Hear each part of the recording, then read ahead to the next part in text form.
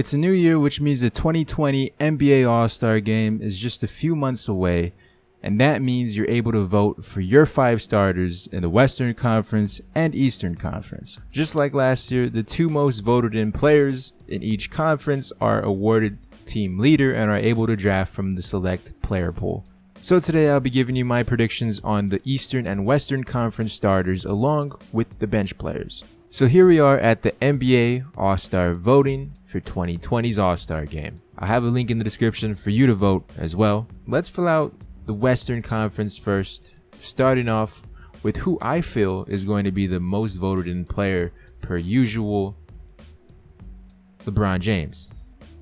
So LeBron James, most likely going to be a team captain once again to pick from the player pool. And from here on out, just picking the fan favorite players and the players who will make the All-Star Game the most exciting. I gotta go with James Harden and Luka Doncic. So now that we got our backcourt, let's fill out the front court to go alongside LeBron James, or not even go alongside LeBron, considering you're going to be drafting these players. But Anthony Davis is a lock.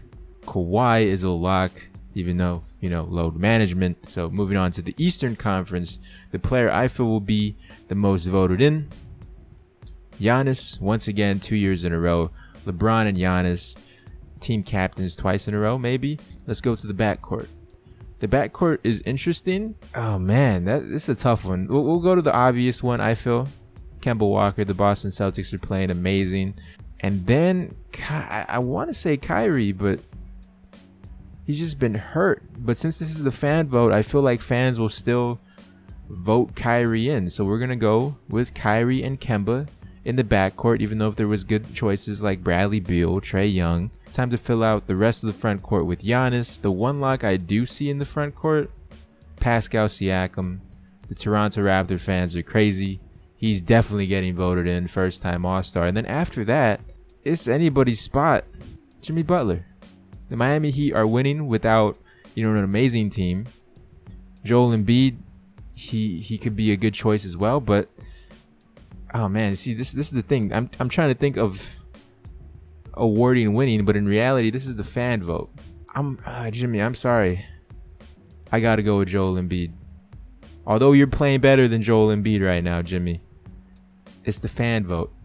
And I think the fans will vote in Joel Embiid, even though if he's having a down year. So here's what my Western and Eastern Conference starters look like. Now we get on to the interesting and fun part of the whole process, is pretending to be a coach and picking the reserves for each conference. Starting off first with the Western Conference reserves, I have Damian Lillard as a backup guard. He's been snubbed a couple of times. There's not really much to say on how great Damian Lillard is, but I think the coaches, they've learned their lesson not to snub this man from the team anymore. Followed by Russell Westbrook, Mr. Triple-Double. These past few seasons, he's not averaging a triple-double this season, but he's still putting up great stats and helping the Houston Rockets win games. Which leads us into talking about the Western Conference front court players. I gotta show love to some bigs in this prediction video. I have Nikola Jokic making the team. Not that many centers realistically will be in the All-Star game, maybe like 3 or 4. Nikola Jokic is one of them, followed by another big, Karl Anthony Towns. He's putting up great stats, was a front runner for MVP for like a week. Fans were going crazy about the Timberwolves. They're the real deal. Not so much anymore, but still. Well, the last front court player I have making the team is Paul George. He's a part of the Clippers. The Clippers are winning right now. So, of course, Paul George, a lock. Which leads us into the last 2 players available for the Western Conference All-Star reserves. These are the wild cards. For my first wild card, I have Donovan Mitchell, first-time All-Star of the Utah Jazz. The Utah Jazz are winning and definitely deserves it. While my next one is Devin Booker, who could have easily been one last year by the numbers he puts up, but the Suns weren't winning. This year, the Suns are almost winning. They're almost making some noise. They were earlier in the season, and I think coaches will realize that and put Devin Booker in his first All-Star game this year. Now, let's move on to the Eastern Conference reserves. Starting with the 2 guards, Kyle Lowry being a backup.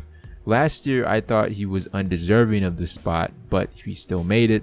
This year, he's having a better year, so if he made it last year, why not continue having him year after year for some reason. While the other guard I have being Bradley Beal of the Washington Wizards. He made it last year.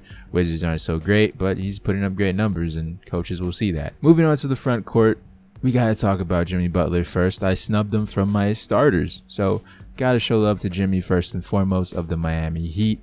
Then moving on to Jason Tatum of the Boston Celtics, first-time All-Star. There's going to be a lot of first-time All-Stars, I feel like, this year.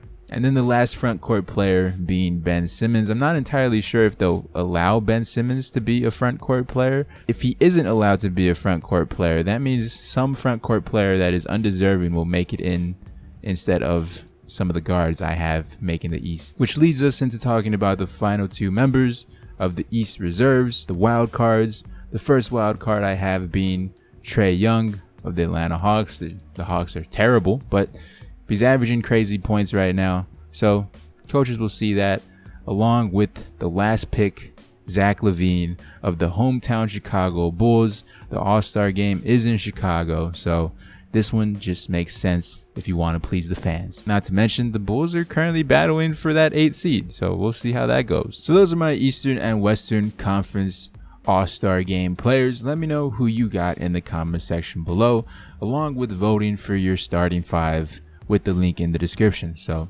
thank you for watching. Leave a like, subscribe, check out some of these other videos, and I'll talk to you in the next one.